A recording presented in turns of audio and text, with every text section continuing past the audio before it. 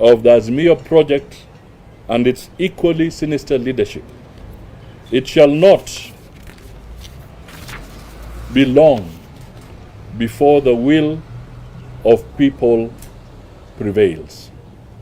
Tumejipanga and freedom is coming.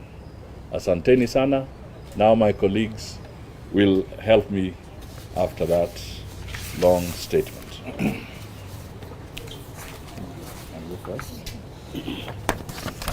Thank you, Honorable Davadi. Fellow Kenyans, you're fully aware that the most poorly guarded secret in this country today is the attempts by the outgoing President Uhuru Kenyatta to clone himself and remain on the scene wearing the facade called Azimio. We know that the people of Kenya will not allow him to do that.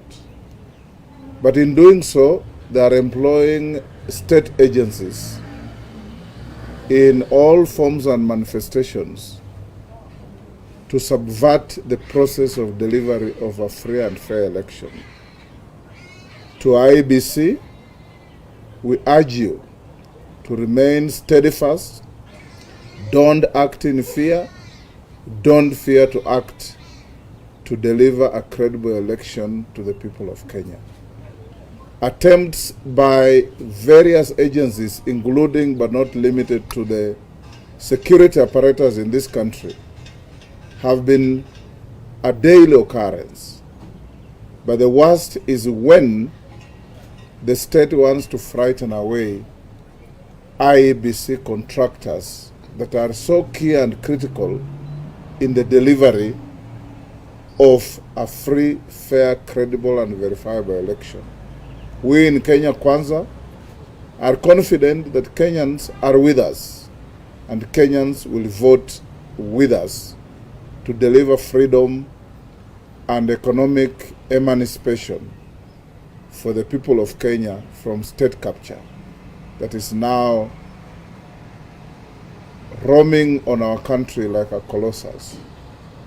We want to urge Kenyans to be eternally vigilant, especially the maneuvers by certain government officials and ministers responsible for issues that are related to election infrastructure.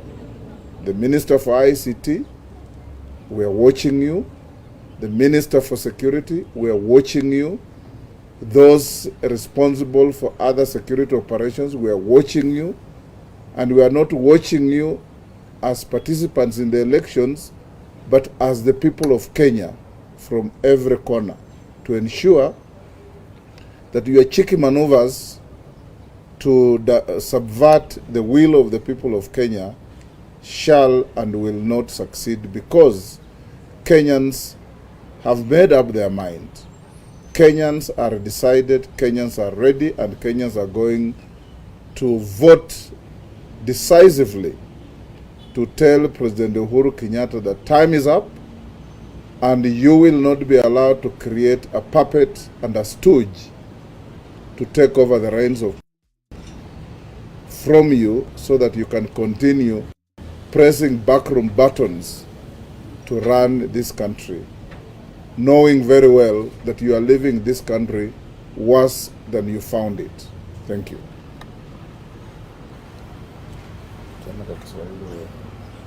Nafikiri the statement is very, very clear. Na mumeona yale yanatendeka katika nchi yetu. Wafadhili na wenye Azimio project wakiongozwa na Rais Uhuru Kenyatta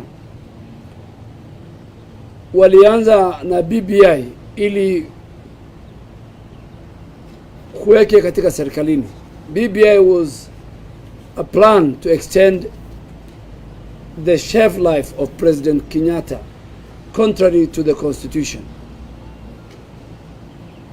After the collapse of the BBI, and because the numbers are not on their side, the people of Kenya with Kenya Kwanza, they started the story of the manual register, which again, the election laws are very clear at what stage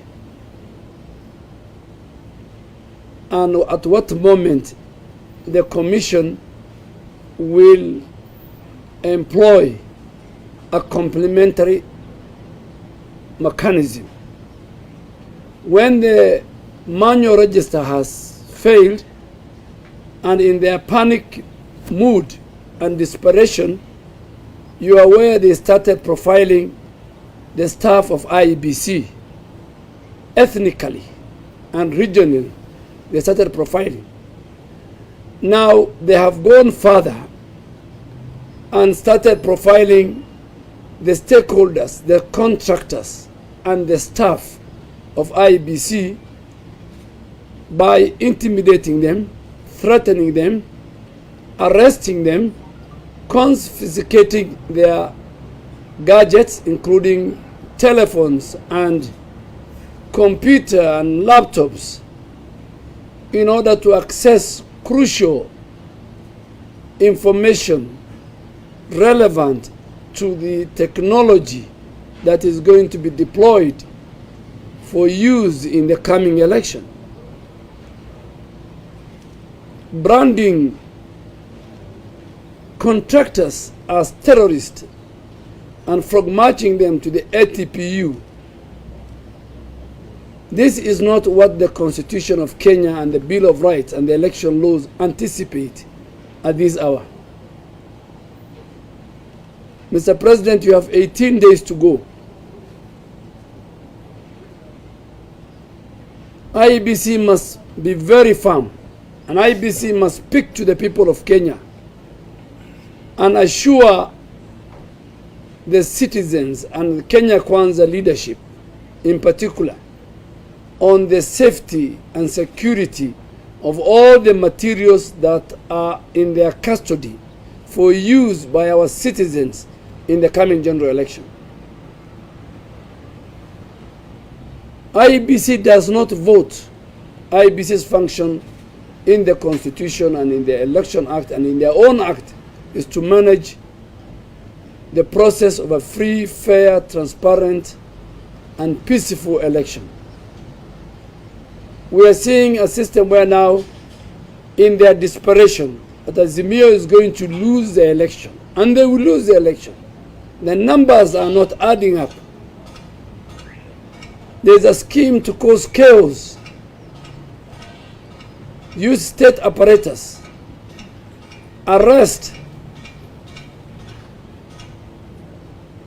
And we are watching them, and we are telling the international community, the observer missions, the EU, the African Union, they must all, and the citizens must all come to stand and protect IEBC.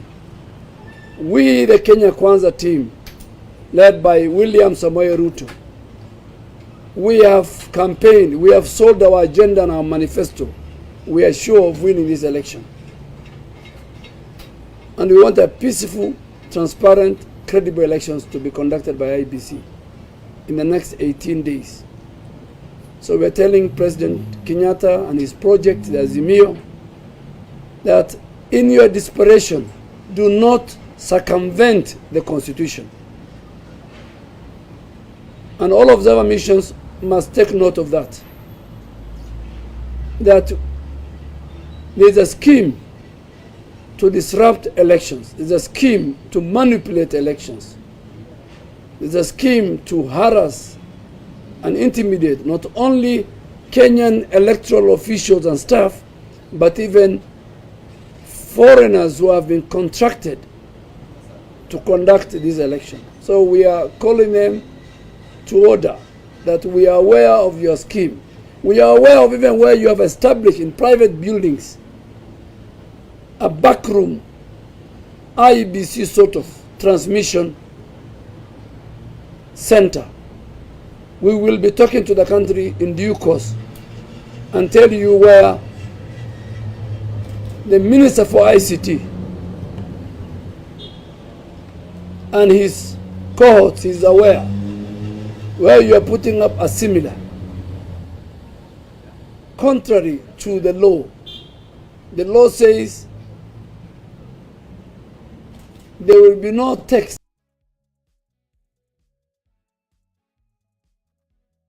in transmission of elections.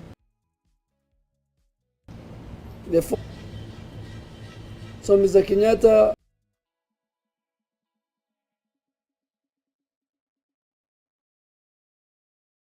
and your project, please, they must assure the country on the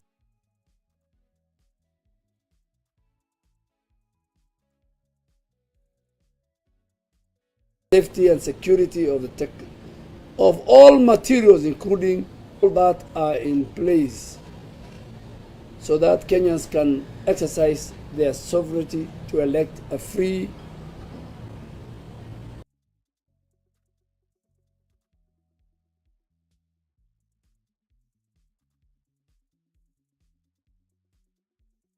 government. That is what of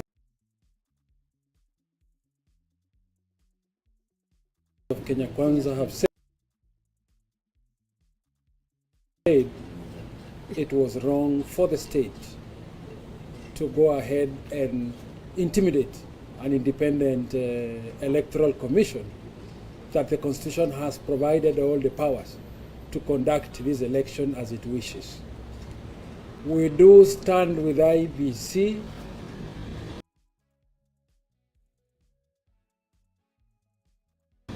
in maintaining and retaining holes of theft that has been used in the past, and to assure Kenyans and work with Kenyans that the election that is going to be coming in 17 days from now is going to be free and fair. As Kenya Kwanza, we are prepared. We are prepared for this election. We are prepared to protect the vote. No one should not doubt our preparedness. We are ready for that election, for we know that we are going to win it. We will be able to we will continue to be watchful. We will be listening.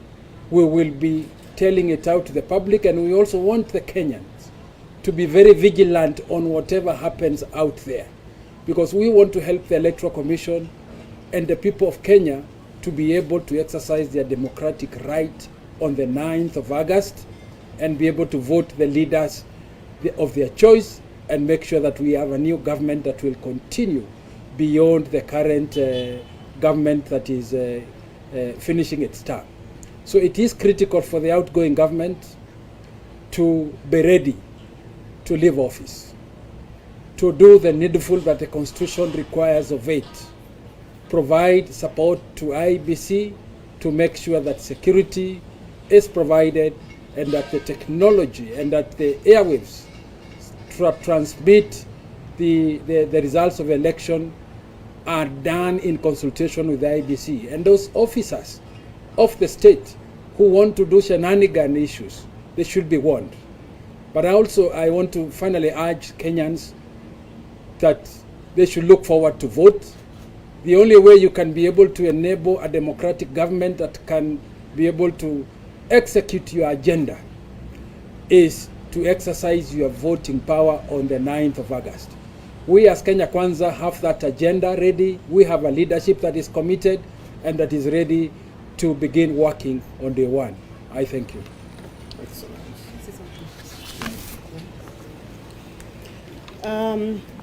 I'd like to address this directly to the women who support Kenya Kwanza and who support, of course, the political discourse that is going on, that in circumstances like these ones, women are bound to fear and be filled with fear and be afraid to turn up to vote.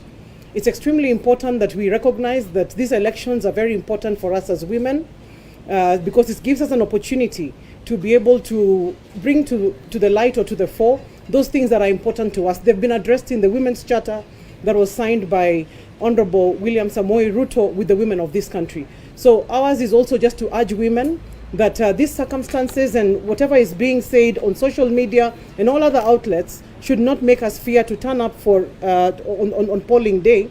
And if anything, our vigilance should stretch all the way to the ward and village level so that we do turn up to vote on that day. Thank you. Good. Thank you, guys. Yeah, you will get the statement, so it will be okay. Yeah. Okay, fine. Go ahead. My name is Vincent Ruto from NTV. I'd like to know, from the point of view of Kenya Kwanza, are you comfortable with the idea of election material being carried in someone's personal luggage? We have addressed that question right here by saying that on the part of IEBC, we expect them to ensure all materials, equipment are properly handled and also distributed properly to the various stations that are designated as election stations. Yes. My name is Edwin from Capital FM. According to the IG, is that the reason why they arrested the 3 foreigners is because they had breached the security protocol. And the question was that election stakeholders, which include political parties, were not aware that election materials had landed in the country. So as Kenya Kwanza, are you comfortable that security protocol is being breached in terms of delivering election To be honest, what security issues were breached? The 3 foreigners were not even accompanied by... No, there's no law that says that the officials coming to Kenya need to have been accompanied by an IBC official. Which law are you quoting? There's no... It calls for transparency. No, it calls for transparency, but there's no law that has been breached. After all, when they were there, IBC officials were there, and they clarified to them that these people are contractors of IBC. But they disregarded that and still took away those people. They say it was done last minute. Not only that, good lady, if they break the law, then the IG is out of order for releasing people who have breached the law. When people break the law, you prosecute them. They arrested them. They did not lock them up at the airport, as meaning they were being treated as terrorists.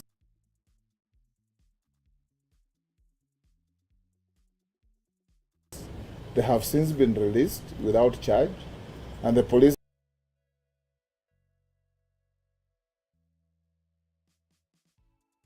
are saying they breached no law. I think there's nowhere in law that political parties play a role in the management of elections. Political parties were not there when ballot papers were received. Did you see any political party representation? Let me finish. So it is a function of IEBC. Even the trip that political parties were to go to Greece, it's unnecessary. It was just out of goodwill, and they are those who will pay for their ticket. So there's no law. The people who should be at the airport to receive and manage election materials is IEBC, the CEO and his staff and the chair and his commission. So there's nowhere you breach, you're talking of a security breach just because Kenya Kwanza was not there. But, and there were not 3 people, for your information. The person who was arrested was only 1. His 2 other colleagues went. They were in Nairobi. They went to go and explain the situation to him. They were there to receive him. So even the information you have is not correct. So the only person who came to the airport with the material was 1 person. And those questions you can put to the IG. But this is a country of laws, as Honorable Wetangula has said, as senior counsel. Every breach must be based on certain piece of law, which you must quote. I think I can explain. And I think just in addition to that, there are mechanisms in which that are established under the regulations of IEBC, that IEBC can engage with the political parties. Just 2 days ago, I represented UDA at the IEBC Center at Bomas, where they simulated the result transmission system. Those are the assurances that we need. It's a formal engagement. Just yesterday, I spent the morning together with the other representatives of UDA and the representatives of Azimio, and confirmed the process in which they are loading the KIMS kit with the electronic register. They are loading the application and the result transmission system. So yes, if we want any assurance, it's not by intercepting IEBC officials at the airport. Even now, we are still expecting that IEBC will hold the next meeting with us and explain to us what assurances they have. And remember, when it comes to delivery of ballot boxes, we are entitled as those political parties to get a packing list. If it is the barcodes that were seen at the airport, we are entitled to ask for a dispatch list at the time closer to the election. So we still can have, as long as those safeguards exist, I think we can be safe. But what we are appealing is for IEBC to be given an opportunity to do their work without being harassed. Excellent. Can we end I think there? we're done. Thank you. Thank you. All right.